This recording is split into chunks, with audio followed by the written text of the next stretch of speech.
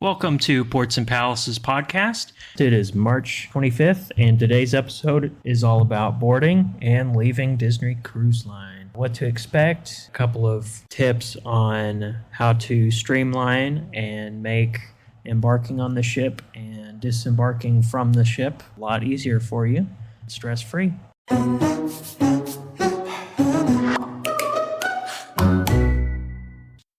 So like Chad said, we're going to be talking today about embarkation and disembarkation on a Disney cruise ship. So this is particular to Disney Cruise Line and its ships in different ports. We're not going to be going into general. Each cruise line does it differently. So today is just about Disney Cruise Line. We actually just got back from a quick trip on the Magic. So we have some really good, fresh knowledge on all of this. So it's fresh in our brains. So when we're looking at our embarkation, that's when you're getting on the ship. The first thing you're actually going to do is pre-embarkation and the prep that you need to do for that. So the first thing you're actually going to do to embark and get on the ship is do online check-in. This is a range. It goes from 30 days before your trip to 42 days before your trip. And you're going to submit online documentation. So your passport, your birth certificate, you're going to go through like your pre and post travel plans.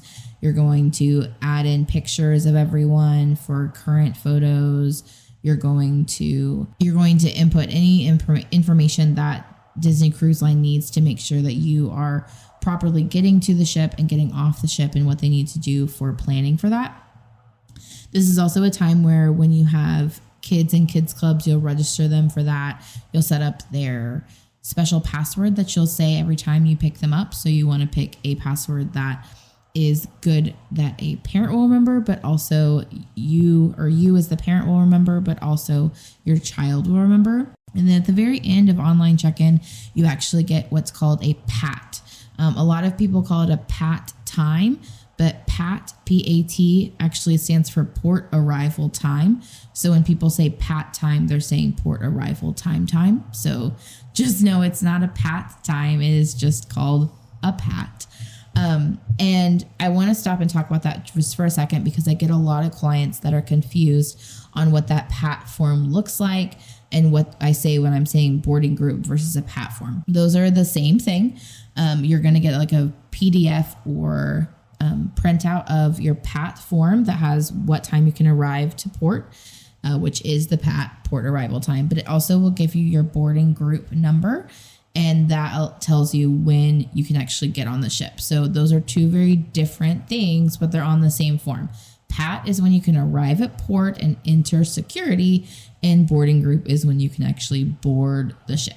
So we're going to go through that a little bit more when we actually go through the embarkation process itself. But those are two pieces of information that you get during online check-in that are similar but different. Some of the essentials to pack for embarkation day, for your day bag specifically. Make sure to bring a change of clothes, swimsuits, sunscreen, your medications. Make sure to bring key to the world. No, you get your key to the world card once you're on the ship. You just need to make sure you have a lanyard for the key to the world card. So you probably want to keep that in your carry-on bag. What to keep handy at all times, typically to claim luggage, to board the ship fast as you can. Please make sure that you have all of your essential boarding documents and your passports. Make sure they're not expired and have them ready to show to the customs agent. Yeah, you want to try to keep anything that you really think you might need with you on the first part of your trip with you in your carry-on bags. There's not really a limit on how many bags you can bring on. You can bring on as much as you can carry, really. But you just want to think about whatever you might need. Your rooms typically aren't ready until 1:30, but that doesn't mean that your luggage is ready at 1:30. I've seen people not get it until later in the evening, closer to dinner time, or even after their dinner time. So anything that you might need for the first part of your trip, or essentially the first day. So swimsuits, sunscreen, for sure your passports. Chad mentioned the date on the passports. Sometimes if your passport is set to expire in less than 6 months, they can deny you entry for boarding. That is something that during that pre-online check-in time, that's what DCL is checking for. But that is something that can come up. So everything else will go in your checked luggage, and DCL actually provides luggage tags for that checked luggage. Everyone gets 2 luggage tags, which means that you could technically have 2 pieces of luggage for every person. Your stroller can be luggage. Car seat can be luggage. You don't have to carry those through port. If you don't get luggage tags, just know that's not a scary thing. A lot of people don't get their luggage tags. So here in a minute, when we talk about arriving to the terminal, we'll talk about what to do when you don't get your luggage tags prior to arriving to port. It's a very streamlined process. It happens to us almost all the time that we don't get our luggage tags. So we'll go through that and what that looks like. But then you've got your stuff, you're ready to go. And now we're actually going to arrive to port on your embarkation day. There are lots of transportation options. The easiest and most convenient is Disney Cruise Line transportation. So Disney Cruise Line partners with certain hotels in the area of wherever you're embarking from. And you can add those pre-stays to your cruise package, which makes it really convenient. You pay off that portion of your hotel just like you would your cruise. So that makes it just kind of more all-inclusive. It's already paid for.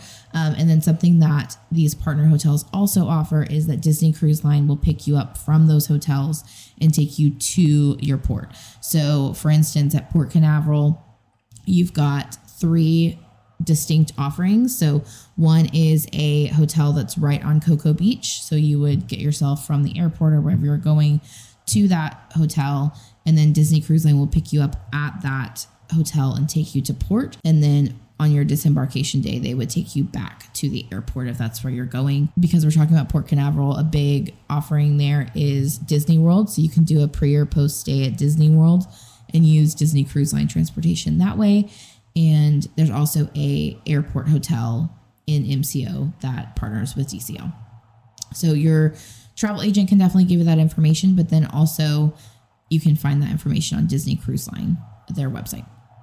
But Disney Cruise Line transportation is pricey. It varies by port and how far away the ports are to the hotels and the airports, but it's usually on the pricier end depending on your group size. Private transportation might actually be cheaper for you, or using a rental car or an Uber might actually end up being cheaper.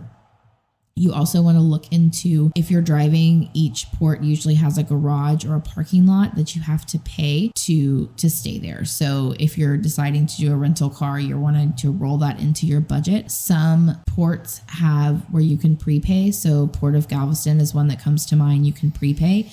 And then other ones like Port Canaveral, you cannot prepay. So that's your transportation options. While you are getting to port, make sure that you are doing your health questionnaire that comes from DCL on the morning of your trip. It's super quick and you can answer it for everyone in your party. You can do it on your phone, on the computer. You usually get a push notification or an email from DCL.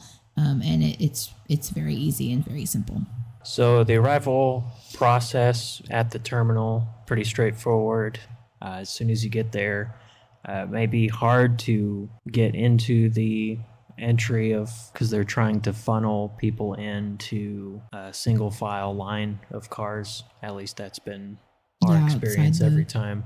Outside the terminal. Right. Sometimes there is extended parking.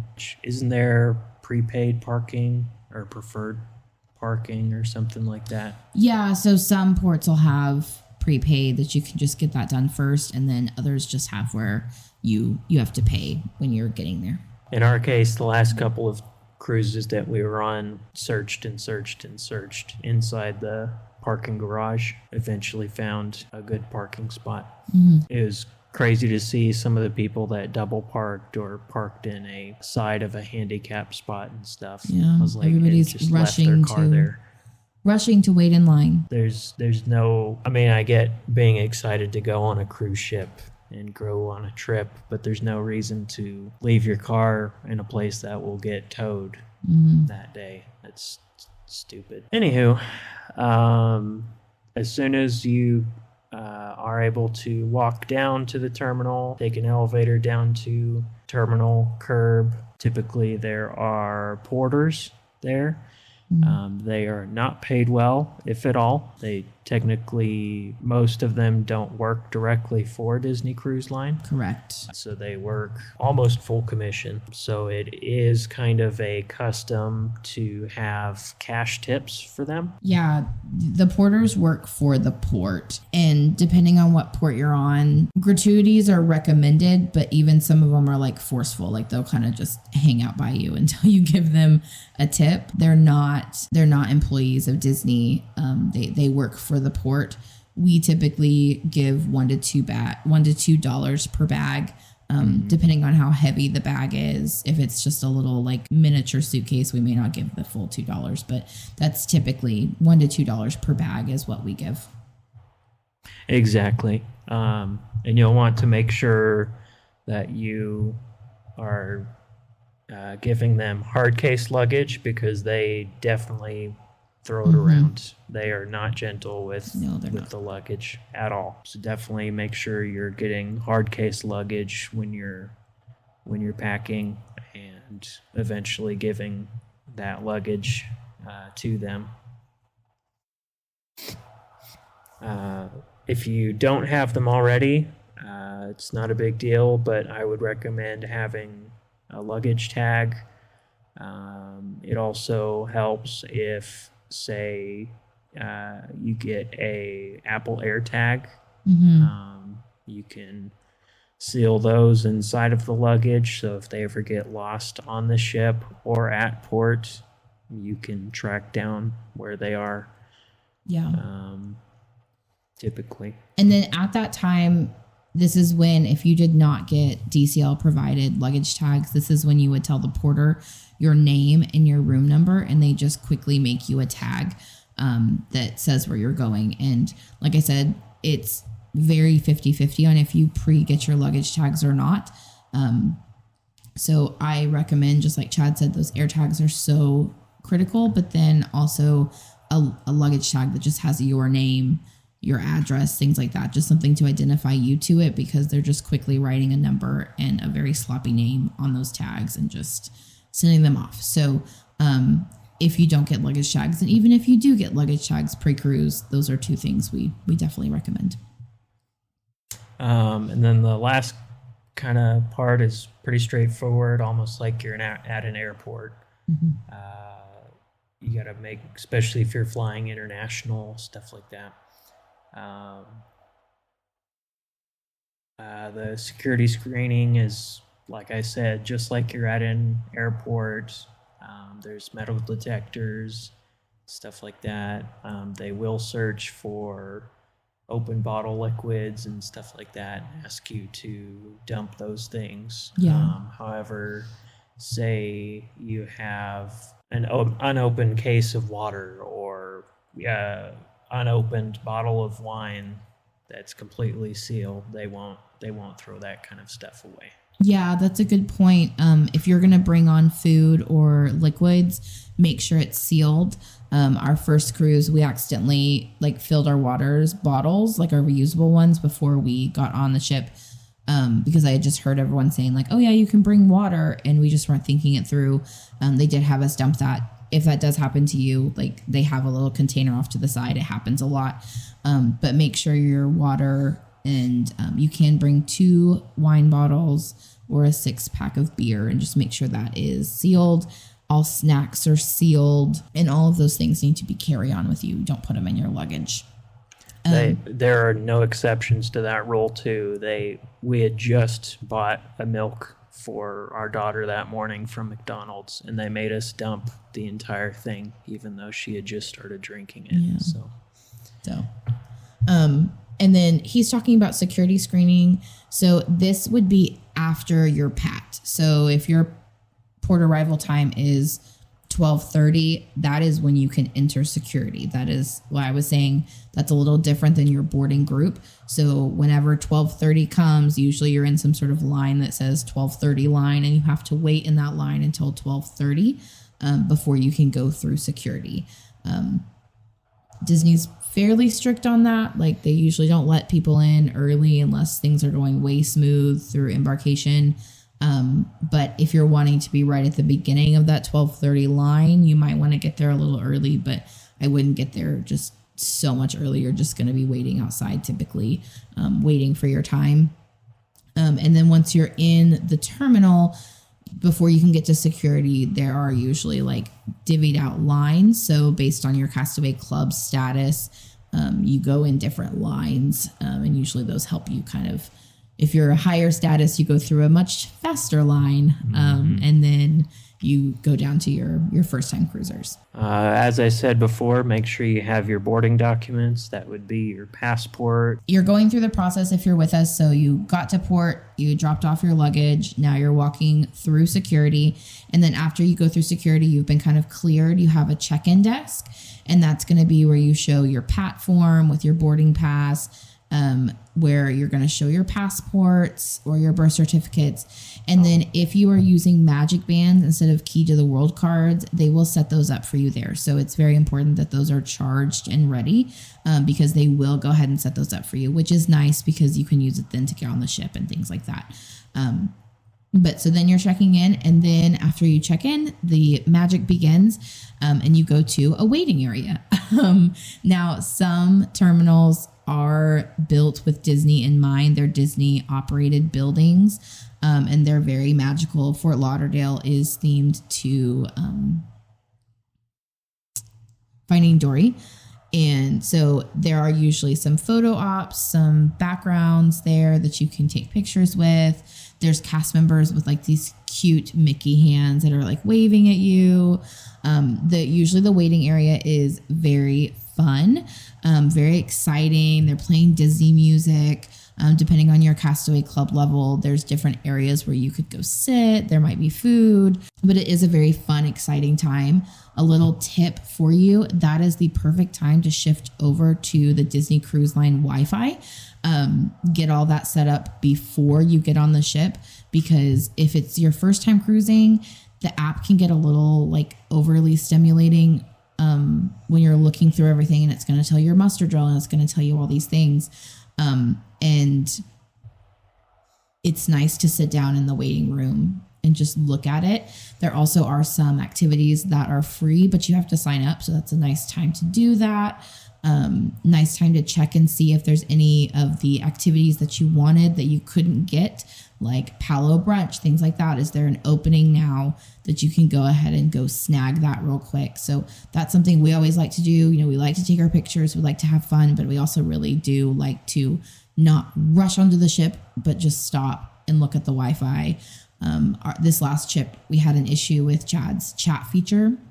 And I think if we had just stopped and maybe checked that out in the terminal before we had embarked on the ship, it may not have been as much of an issue. So that is what you would do next. You go wait until your boarding group is called. That's the second part of your PAT form. And when your boarding group is called, you board the ship. One important thing I wanted to bring up was to avoid roaming fees with your cellular provider, especially if you already bought the base internet package on the cruise ship. Make sure to put your phone, your Apple Watch, if it has a cellular plan, stuff like that, into airplane mode, but keep Wi-Fi turned on. Just have cellular or just cellular turned off at that point, to avoid roaming charges until you get back to port. And that doesn't mean like, oh, I'll wait until we sail away. Like, just do it before you even immediately. Yeah. And also don't think like, oh, I woke up on disembarkation day at 6 a.m. and we're close enough to port. Like, just wait till you get off the ship to turn it back on. So there is a special thing that happens when you board the ship. Make sure that you're recording that. It's something that you'll want to remember. Every client I have that does this is like, oh my gosh, that was so sweet. I'm not going to go into what it is because it is special. And if it's your first time cruising, I don't want to spoil it for you. Just make sure someone is recording that. As soon as you're on the ship, like I said, if it's your first cruise or even your first time on the specific sailing or ship that you're on, it can get a little disorienting. So the first things you really want to do are go try to check any dining reservations if you were really hoping for a different dining time or an adult only activity that got booked up real quick, or Bibbidi Boppity Boutique, things like that. That is the time to go do that as soon as you get on the ship. So you can ask a cast member, hey, where is the serving team for Palo or for dining reservations? And they will tell you where to go. They'll direct you to that. That is going to be the first thing you want to do. And then after that, I recommend going and getting registered for kids clubs. That gets packed. That line gets overwhelming after sail away. Yeah. So try to go do that. If you have kids, that is after you board the ship, take your pictures, do whatever. But that is after the muster drill, you would say? After the muster drill, no. Do it like as soon as you get on the ship, because after muster drill, everyone wants to start checking their kids in, and it's just crazy. It is a wall of people trying to funnel into a small hallway. Yep. Not the most magical. After you do those two things, though, take a breath, look around. You're on the ship, like everything's great. You might see some characters. You might want to check out the hall, and then most people will head straight to cabanas or the dining room that's open at that time for lunch. I recommend, if it is a nice temperature outside, if it's December, January, February, maybe not, but I recommend actually going and doing pool time first. Do the pool slides first, get some fun in, because most people are going to go to cabanas or Marceline Market, which is the buffet, first, and then go to the pools. And I recommend doing the pools first because those are less crowded. And then by the time you're ready to get to cabanas, usually the food is hotter or fresher. I shouldn't say hotter, because all the first wave of people have gone through. And so the food is just a little fresher, a little better than all that food that was prepared early on. So just a little pro tip for you. And then you've got your kind of non-negotiable things. So around 3:30, 3:45 is the muster drill. So you will be able to find on the app and your Key to the World card your muster drill time, or your muster drill location and time. I missed something. Before you do the muster drill, though, at 3:30, 3:45, your rooms are open at 1:30. So if you have just a lot of stuff that you're carrying around, 1:30 is when you can typically get in your room. That's a good time to go meet your stateroom host. They know that rooms are open at that time, and they're kind of hovering by rooms. If you have any things that you'd like to ask them for, extra pillows, things like that, that's a great time to do that. We always just like to meet our stateroom host and kind of start that relationship on a good note. And then we just unpack the carry-ons that we have at that time, get a little freshened up, and then head to muster drill. After muster drill is usually your sail away party. About 4:30, 4:45 is your sail away deck party. And then from there, you're free to explore the ship, have some fun before your dinner time. So that is embarkation, the best part of your trip. Our next segment is about disembarkation process. The sad part everybody hates. So I will say this was, of our experiences onboarding from a cruise ship, this always seems, or it feels, unorganized sometimes. Like they put us in a really, really long line going through out and about the ship. But nonetheless, my advice from, my personality, I don't care about putting the luggage out with a tag on it for them to take who knows where inside the port and then redirect it to the pickup area and then having to go find it. I would rather just have all of my luggage with me. Yes, it's a burden of having to push all of it around and stuff like that, but at least you have it whenever you leave the ship. So he's talking about there's two kind of ways to get off the ship. So you can there's two ways to get off the ship and two ways for your luggage to get off the ship. Express walk-off and checked luggage. Yeah. So your luggage, If you are not wanting to carry your luggage off the ship, the night prior to disembarkation, you have to have your suitcases out in the hall, and you will be provided a tag with some kind of character on it. So Minnie Mouse or Tinkerbell or whatever. And you will want to make sure that that tag is on your luggage. At that point, someone will come get your luggage and you will not see it again until you exit the ship. You will get called by that particular luggage tag. So Minnie Mouse tags may exit the ship. Tinkerbell tags may exit the ship. And so it's very timed out. What Chad's talking about is when you keep your luggage with you. And now that doesn't mean you have to do express walk-off though. That just means that your luggage is with you. It's not going anywhere. Express walk-off is what he was talking about with the line. So if you want to just walk off the ship and not like wait for going to your main dining room, then you get in a big long line. It does look a little overwhelming when you first get into it, but you have to get there early enough, one, because of elevator space. Like if you're going to carry your luggage, you're going to want an elevator. So you're going to want to get there early. Because elevators will get crowded. So it does look like a very long line when you first get into it, but that's because you are walking off the ship usually or getting in line before the ship has actually been cleared through customs.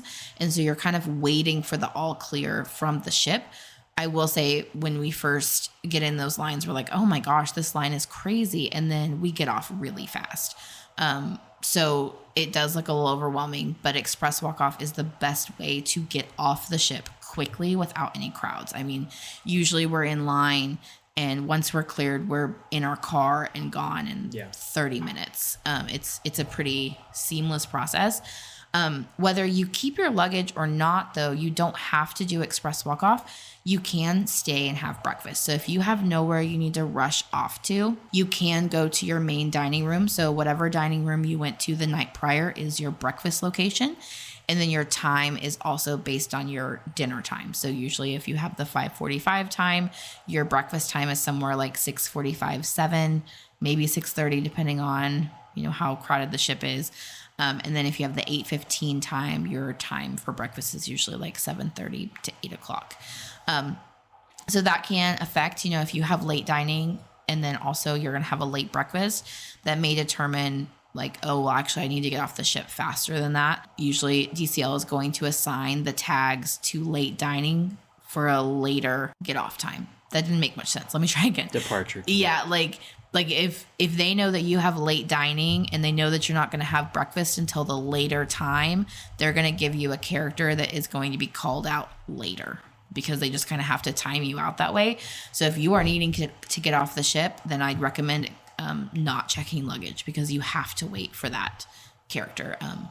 It gets very frustrating when people use the luggage tags because they don't want to carry them off and then they don't wait for their character to be called. And then all of a sudden they're getting mad because they can't find their luggage. Well, their luggage isn't ready yet because their tags weren't called. So please don't be that person. If you know you need to get off the ship earlier than what your server has said you're going to be able to get off, then you need to keep your luggage and get off. There are other options if you are wanting breakfast on the ship and you know you can't get to a dining room or you don't want to go to a dining room. You can go to Cabanas or Marceline Market, which is the buffet. Just get there early. It usually opens at 6:30 on disembarkation day. So make sure that you're getting there about 6:30 because you're going to want to be getting in line to get off the ship early. You can use room service-ish. 11 p.m. is usually the cutoff on your last night for room service. But if you don't touch the carafe of coffee and you don't touch or move the lid on the plate, it will stay hot-ish.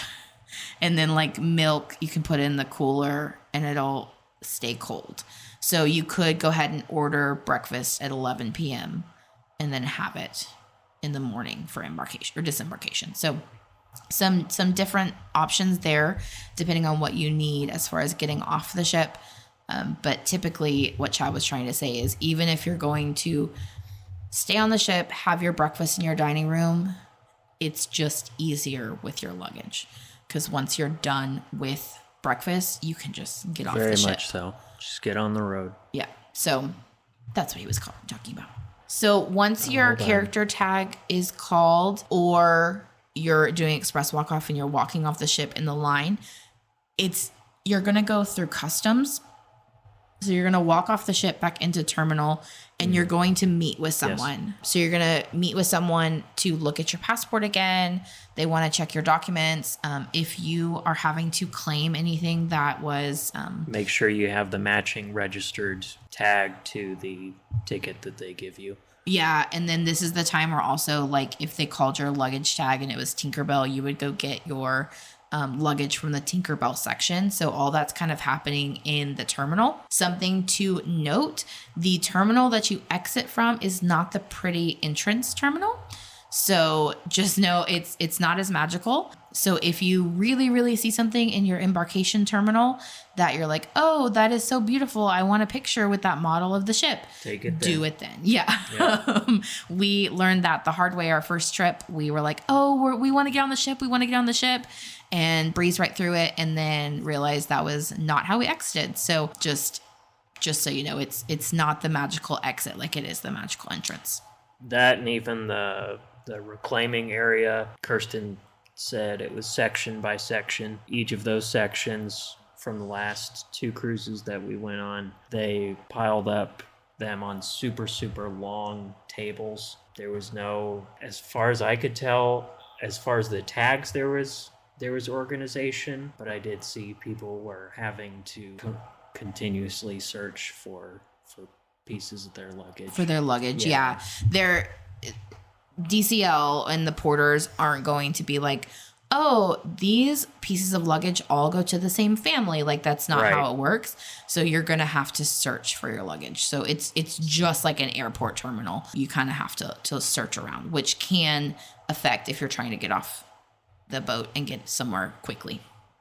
So the major convenience is, yes, you don't have to deal with your luggage, especially if you are wanting to stay for breakfast at cabanas or at a dining hall. There's so many little inconveniences on top of that for having to go hunt down your luggage, having to reclaim your luggage, get all your paperwork back out, which you'll still have to get out to get out of the terminal properly, but it's just that much more work. And so my advice would be to just walk off with your luggage. Don't do express.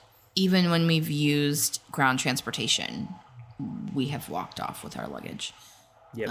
Typically we're on our way to Disney World or the airport, so we're trying to get off as fast as possible. So, and then that kind of leads us to, we're out of the terminal, you've cleared customs, and now how do you get out of the port and ground transportation to wherever you're going next? So typically if you're headed to, whether you're headed to the airport or if you're going to the Disney parks. Yeah, for Port Canaveral or Fort Lauderdale.